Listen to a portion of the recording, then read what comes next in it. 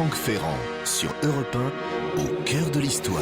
En ce 18 juin 2012, on célèbre notamment deux anniversaires. Bien sûr, le 72e anniversaire de l'appel du général de Gaulle sur les ondes de la BBC, mais aussi le 40e anniversaire de l'immense croix de Lorraine, érigée en 1972 à Colombey, les deux églises. Et sur Europe 1, Franck Ferrand va nous aider à remettre tout cela en perspective. Bonjour Franck. Bonjour Julia, bonjour à tous. Le 40e anniversaire de l'immense croix de Colombey fait l'objet au mémorial Charles de Gaulle d'une expo sur laquelle nous reviendrons pour clore cette émission. Mais auparavant, c'est bien au 18 juin 1940 que j'aimerais revenir. Vous savez qu'il y a un autre 18 juin très célèbre dans l'histoire, c'est le 18 juin 1815, mais celui-là, on en avait parlé l'année dernière, c'était la bataille de Waterloo, bien sûr. Exactement. Alors vous me disiez que l'histoire de cet événement du 18 juin 40, fondateur de la résistance, a longtemps été simplifiée. Oui, on s'est contenté pendant des décennies d'une version officielle un peu arrangée. Ce que je vous propose aujourd'hui, en compagnie de mes invités, c'est de revivre cet événement tel qu'il s'est déroulé réellement. En tout cas, on va essayer de l'approcher au plus près.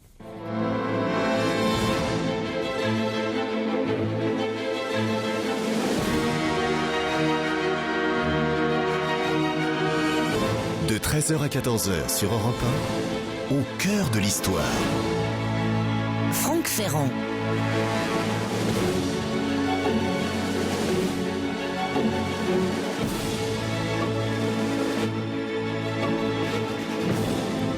C'est par la radio que le tout nouveau général de Gaulle, il vient d'avoir ses 2 étoiles, apprend dans la nuit du 5 au 6 juin 1940 que le président du Conseil, Paul Reynaud, à l'occasion d'un remaniement, vient de le nommer au poste de sous-secrétaire d'État à la Défense nationale.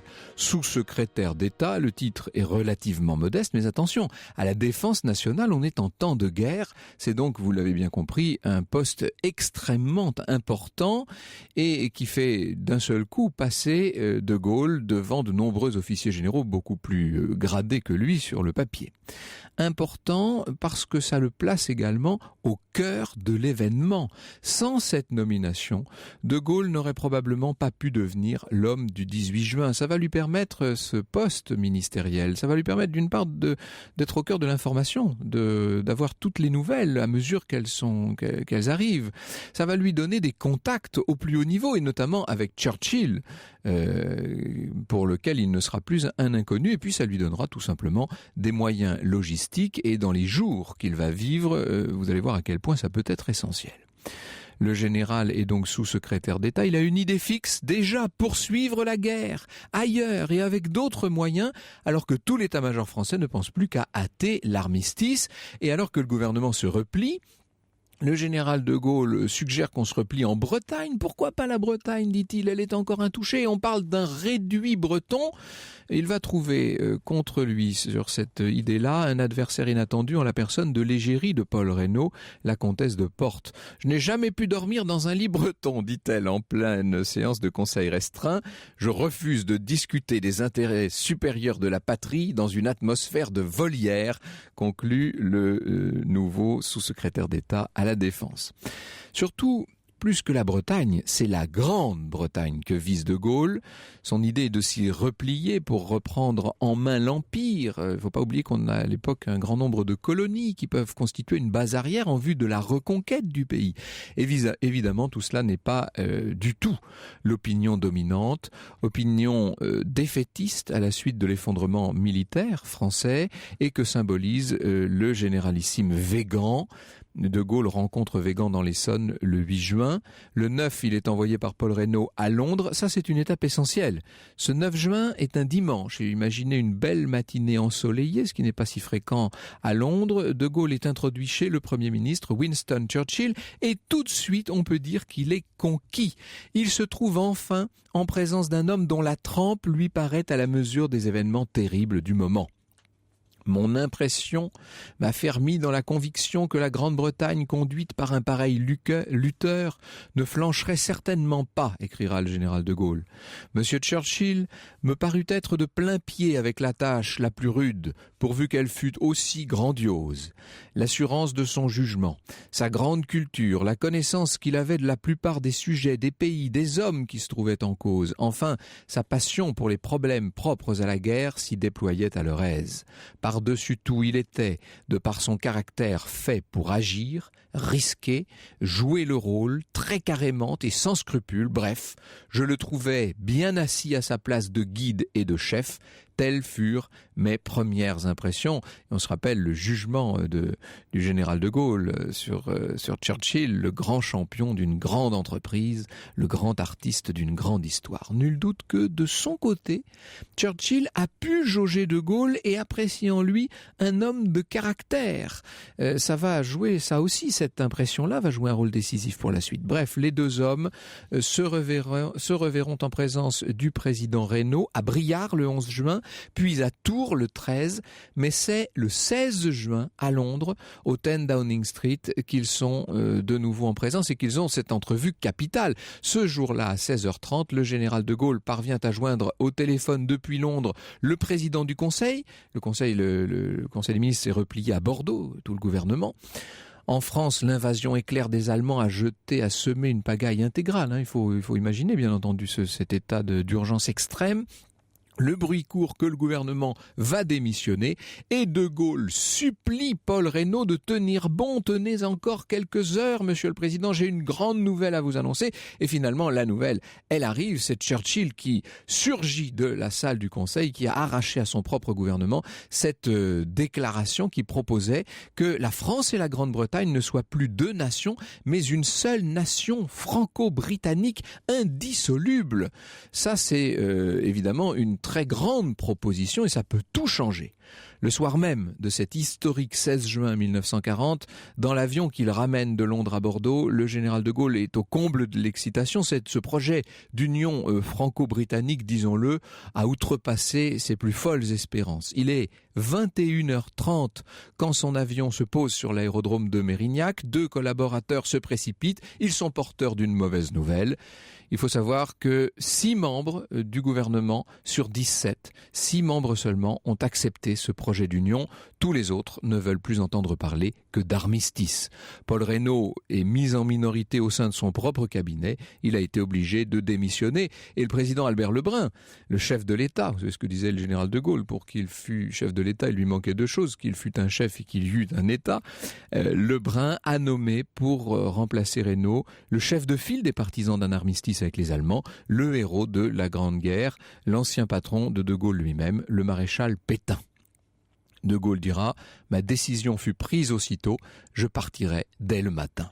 Juste une parenthèse à ce propos, j'ai dit que Pétain avait été le patron de Gaulle. Il faut savoir qu'en 14, le colonel Pétain dirigeait le régiment d'Arras où se trouvait le jeune lieutenant de Gaulle qui avait 24 ans à l'époque. En mars 1916, le général Pétain décerne au capitaine de Gaulle une citation élogieuse. « Officier hors de pair à tous égards », écrit-il. En octobre 25, le maréchal Pétain, inspecteur général de l'armée, prend ce brillant officier dans son cabinet et il le présente pour une conférence à l'école de guerre avec ces mots plus que flatteurs. « Écoutez, messieurs le capitaine de Gaulle, écoutez-le avec attention, car un jour viendra où la France reconnaissante fera appel à lui. » Ça, c'est ce qui s'appelle une forme de prescience. C'est bien, je précise, le maréchal Pétain qui dit ça de Gaulle. On était en 1927.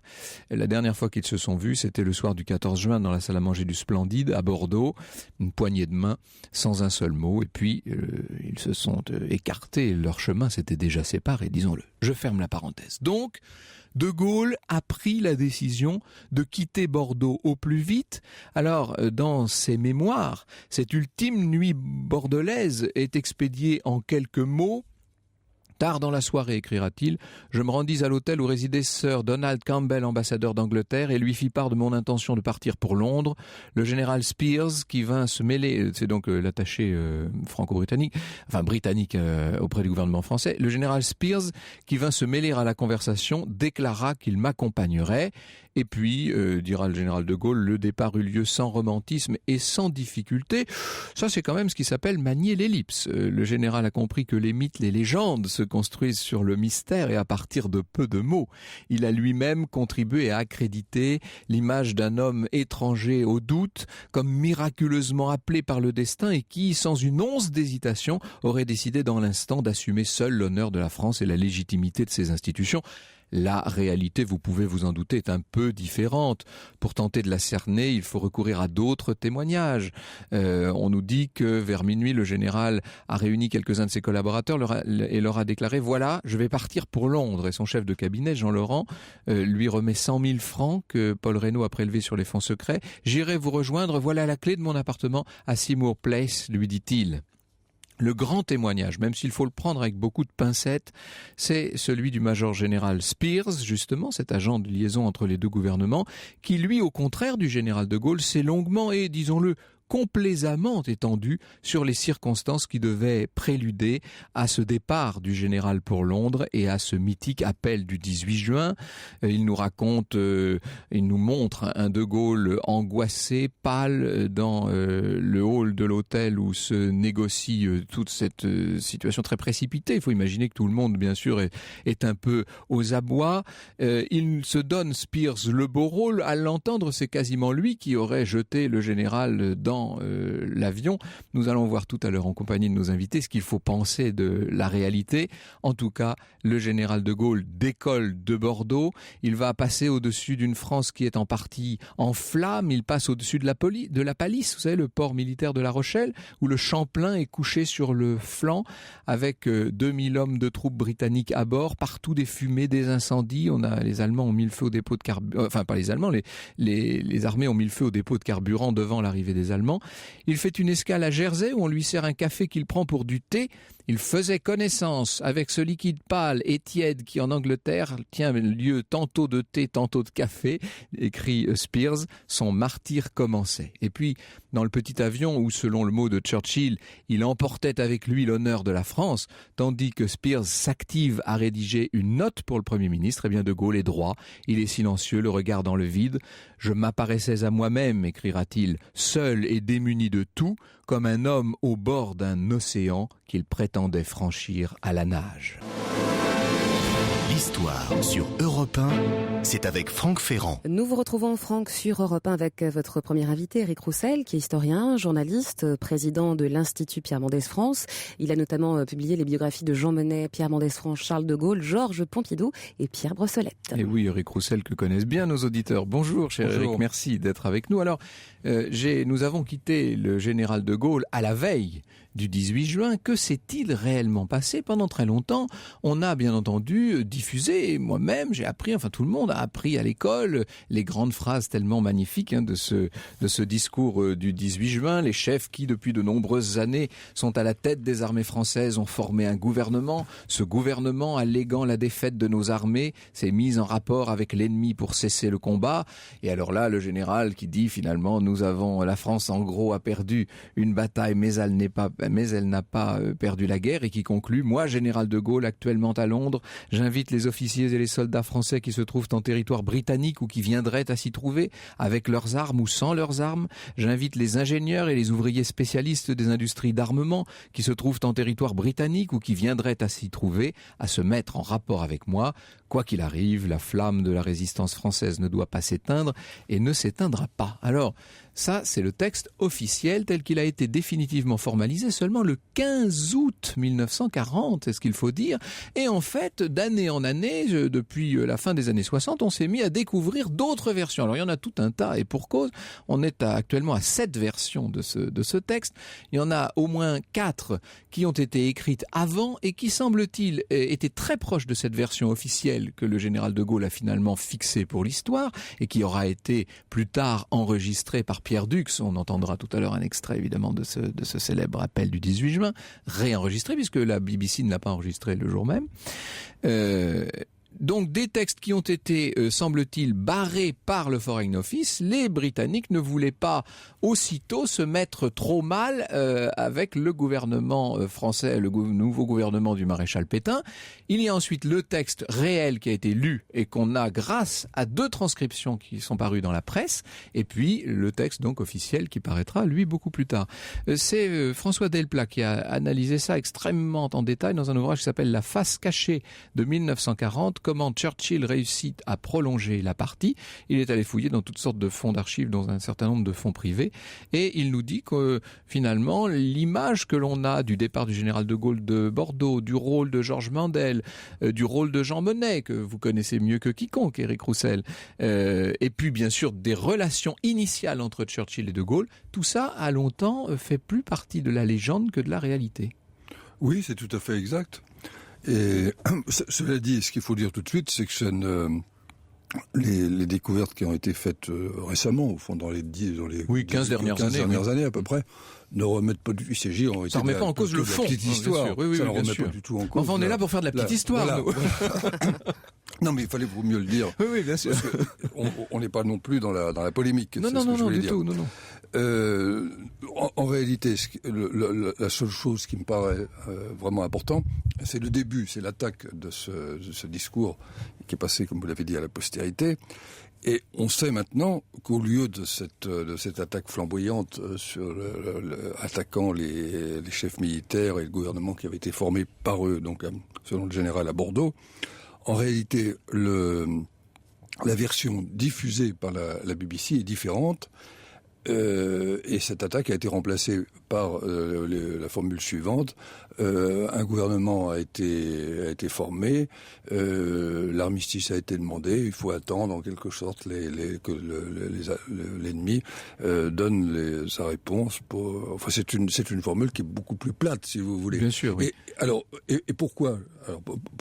Alors, ce qu'il faut dire, c'est que il y a aucun doute sur le fait que le général, à la radio, n'a pas prononcé les paroles qui ensuite sont passées à la postérité. Et pourquoi ? Tout simplement parce que le 18 juin, et ça on le sait de façon sûre, il a déjeuné avec Duff Cooper, Duff Cooper était le ministre de l'information britannique, qui a été en quelque sorte le premier gaulliste, sinon l'un des premiers, en tout au moins.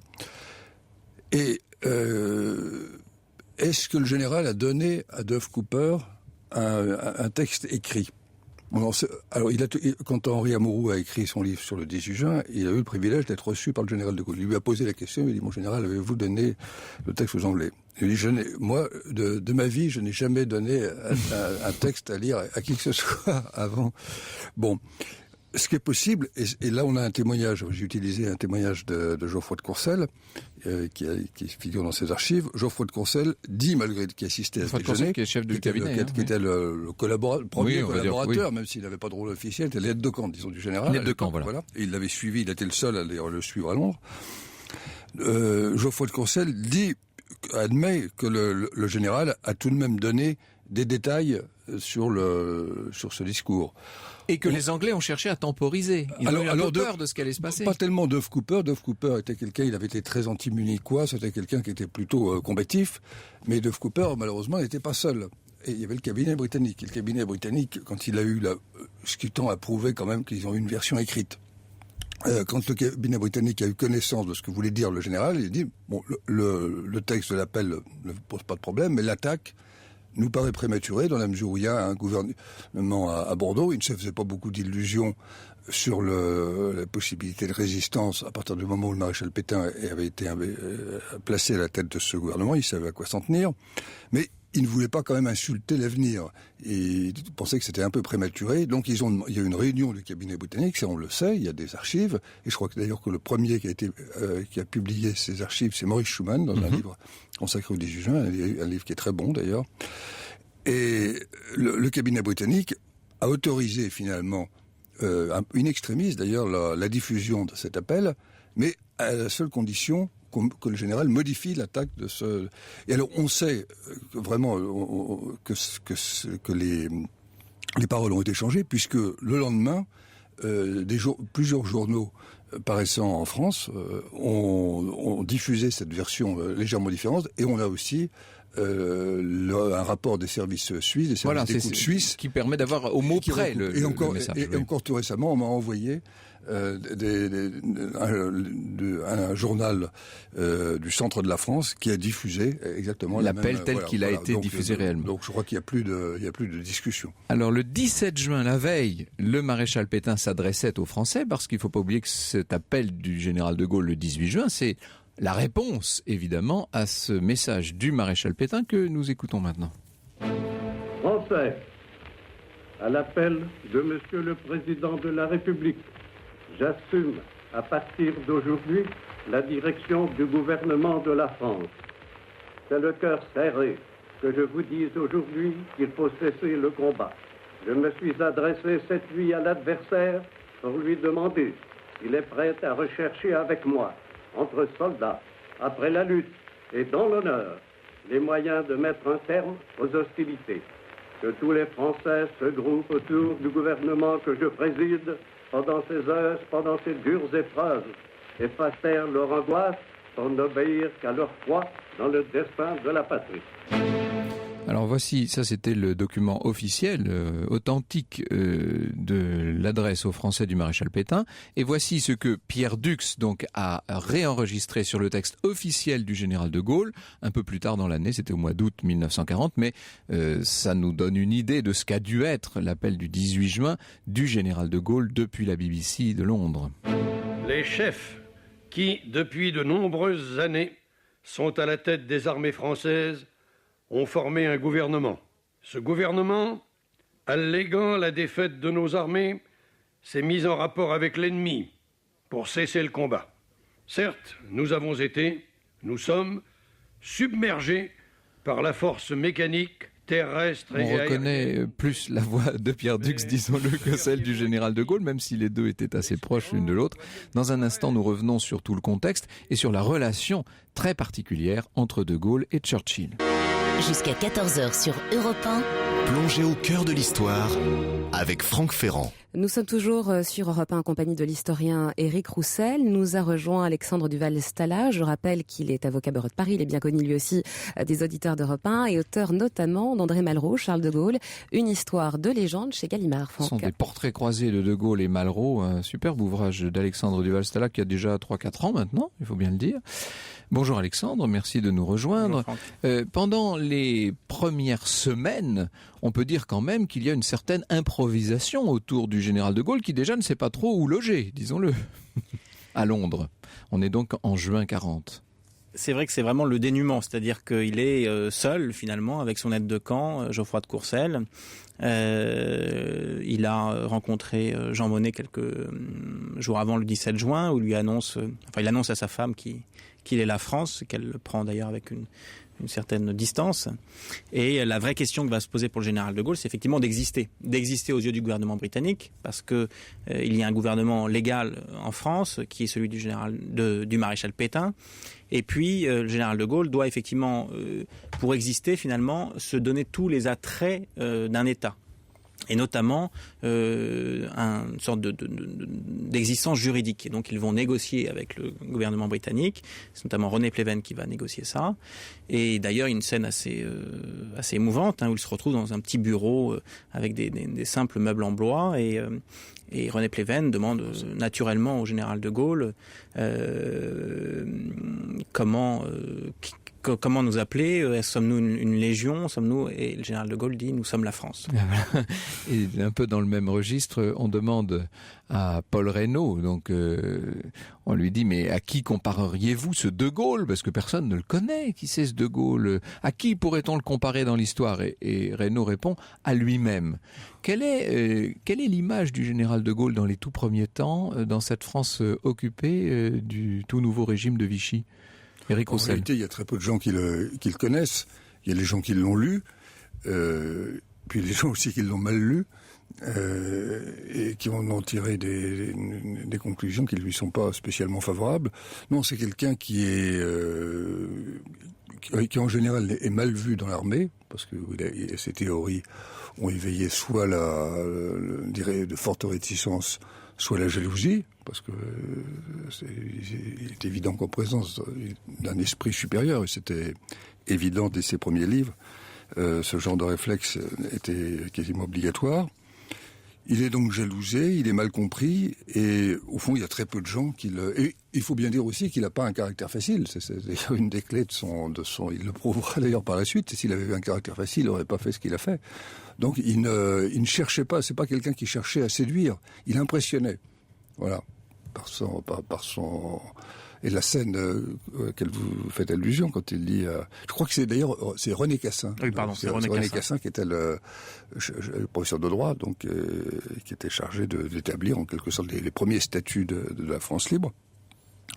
Quand il lui dit « nous sommes la France », évidemment, ça, c'est quelque chose... Donc, il faut pouvoir incarner une telle idée. Il faut bien se placer, se mettre à la place de gens qui sont habitués à être dans des hiérarchies, etc. Et c'est ça. Et puis qui voit, il n'a que 2 étoiles en plus, il est général à titre temporaire d'ailleurs. Et en face de lui, qu'a-t-il ? Il a le vainqueur de Verdun, quelqu'un qui est unanimement respecté, que personne, que même la gauche, même à l'époque, respecte. Il faut souligner ce point. Quand le maréchal Pétain arrive au pouvoir, il n'éveille pas le vote des pleins pouvoirs en juillet. Oui, il n'éveille pas les préventions. De la gauche qu'on peut imaginer. Ça se fera progressivement quand il sera clair qu'il est pris en main par toute une camarilla d'extrême droite. Alors ça, c'est quand on compare le chef de l'État officiel, donc le maréchal Pétain, et puis ce personnage assez extraordinaire surgit d'un peu nulle part, le général de Gaulle, mais face au cabinet britannique, c'est encore plus extraordinaire. Comment expliquer que le Premier ministre Winston Churchill, quand on connaît son passé, ses idées, c'est un homme très conservateur, issu lui-même de la très haute aristocratie britannique, comment expliquer que Churchill accepte en quelque sorte ce général 2 étoiles, ce général de Gaulle ? Je crois que la grande chance qu'a eu la France, c'est que Churchill était francophile, alors que le général de Gaulle était plutôt anglophobe. Ce qui expliquera nombre de leurs relations. Et dans ce qu'il pressent de ce qui va suivre, Churchill sait très bien qu'il faut qu'il ait une carte majeure à jouer dans la prochaine étape finalement d'Hitler en Europe, c'est-à-dire l'Angleterre. Et il se dit, je dois jouer cette carte-là. D'ailleurs, dans un premier temps, ce n'est pas le général de Gaulle qu'on vient chercher. On cherche quelqu'un qui puisse incarner finalement la France légitime, en tout cas celle qui combat. Et finalement, seul le général de Gaulle franchit le pas. Mandel dit que parce qu'il était de confession juive et du fait qu'il était plutôt à la fin de sa carrière, ce n'était plus à lui finalement d'incarner cette France nouvelle. Et donc il lui transmet le flambeau d'une certaine manière, lui qui avait été le collaborateur de Clémenceau. Il y a une certaine continuité historique entre Clémenceau, le général de Gaulle et finalement aussi les soldats de l'an 2, puisque c'est toujours la France qui se bat pour une certaine idée de la liberté. Alors il faut autour du général de Gaulle des locaux, une organisation, un cabinet, des structures, un nom, une devise. Il faut un symbole aussi. Qu'en est la fameuse Croix de Lorraine ? Alors c'est vrai qu'il faut des symboles et d'ailleurs, une petite anecdote, c'est qu'il va y avoir un journal officiel de la France libre, ce qui montre bien que le général de Gaulle s'attache à établir tous les éléments qui caractérisent l'État. Et il a fallu effectivement, dans le cadre d'une propagande politique, répondre à la croix gammée d'Hitler. Et le général de Gaulle a eu le choix entre plusieurs croix. Il a choisi la croix de Lorraine. Qu'il avait déjà, d'ailleurs, qu'il utilisait déjà dès 1938, puisqu'il était colonel à Metz à l'époque et qu'il utilisait la croix de Lorraine sur l'insigne du 507e régiment de chars de combat qu'il commandait. Oui, ce qui prouve bien d'ailleurs parce qu'on a beaucoup dit que l'amiral Muselier, qui est le créateur des forces françaises navales libres, avait joué un grand rôle. Ça relativise, à mon avis, son rôle.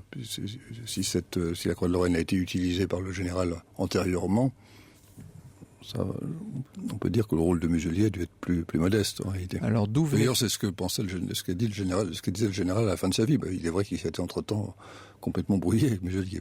D'où venait-elle cette croix de Lorraine ? Que représentait-elle au fond ? C'est ce que nous voyons dans un instant. Franck Ferrand sur Europe 1, au cœur de l'histoire. Et entends-tu le vol noir des corbeaux sur nos plaines? Ami, entends-tu ces cris sourds du pays qu'on enchaîne? Oh, les partisans, ouvriers, paysans, c'est l'alarme. Ce soir, l'ennemi connaîtra le prix du sang et des larmes.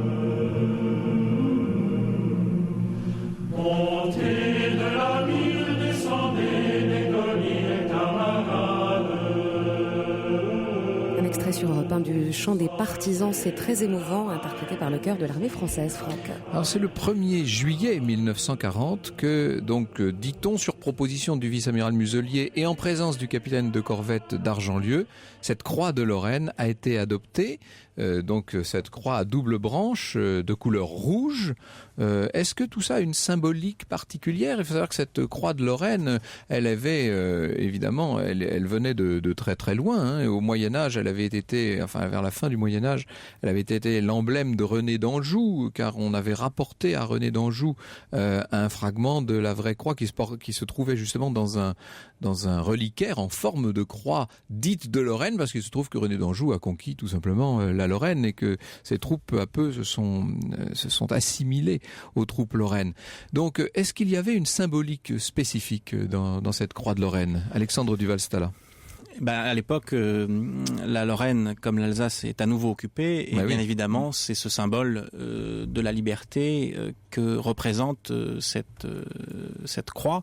Et d'ailleurs, quelques années plus tard, André Malraux conduira comme colonel la brigade d'Alsace-Lorraine, composée d'Alsaciens et de Lorrains, pour aller libérer l'Alsace et la Lorraine aux côtés de l'armée française, du général de Lattre, et puis des Américains. Donc c'est un symbole très très fort finalement de cette lutte pour la liberté de cette terre si chère au cœur des Français. Alors justement, le 18 juin 1960, au Mont-Valérien, on inaugure une croix de Lorraine au souvenir de tous ceux qui ont combattu. Et puis, le 18 juin 1972, après la mort du général de Gaulle, tout près de sa sépulture, à Colombey-les-Deux-Églises, on érige cette espèce d'immense monument.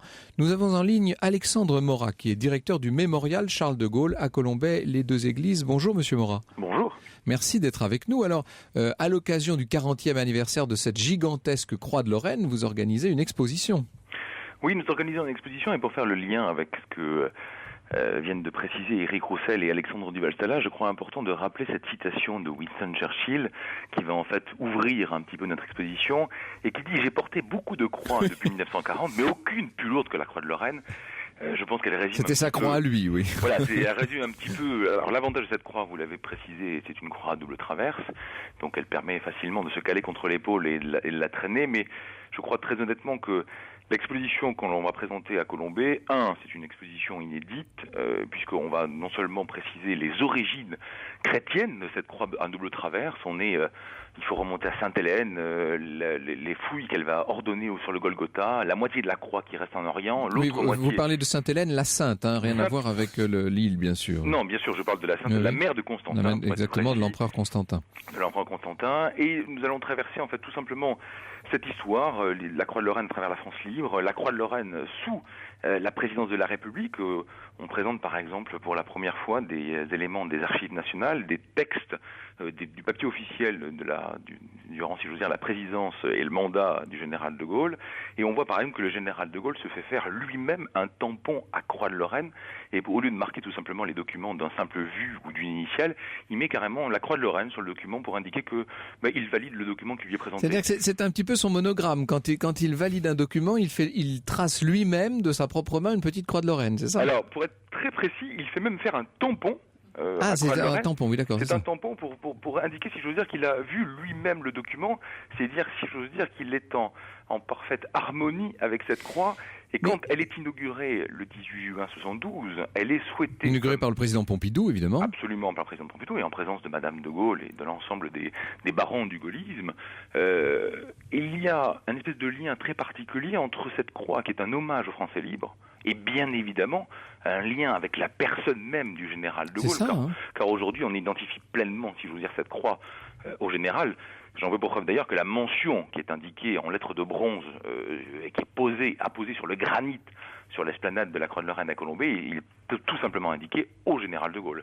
Oui, tout simplement. C'est vrai que peu à peu, il y a eu un glissement de symboles et que de la France libre, la Croix de Lorraine en est venue à symboliser le général lui-même, notamment à partir de la période de son retour au pouvoir en 1958-59. Là, on voit tout simplement, par exemple, la Croix de Lorraine rouge sur le drapeau présidentiel lorsqu'il se déplace sur sa voiture, sur son avion, etc.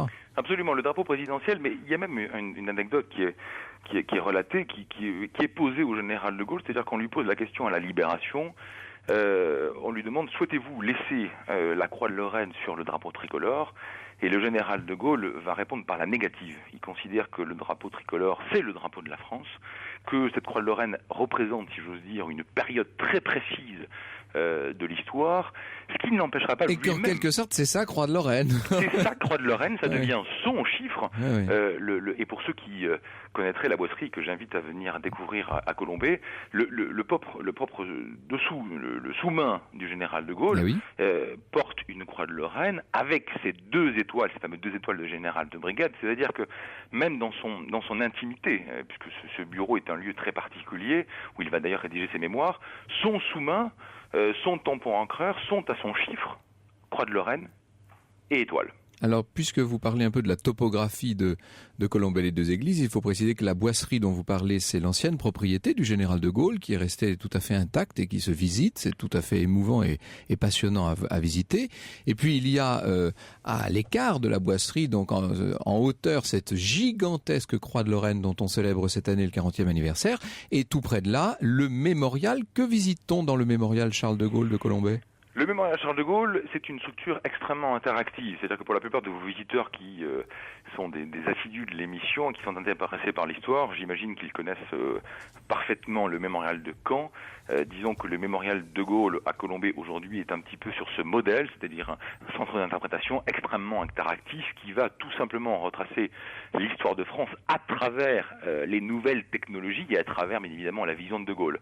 Nous avions un problème en 2008. De Gaulle, lorsqu'il décède, ne souhaite pas que les Français collectionnent ses boutons, donc on ne pouvait pas faire un musée à Colombey-les-Deux-Églises. On a donc fait un mémorial dans lequel on va pouvoir redécouvrir son bureau. C'est une évocation très vivante de l'enfant de son époque. Et puis il y a aussi aux Invalides un historial Charles de Gaulle. C'est aussi une évocation à base essentiellement de documents vidéo du reste.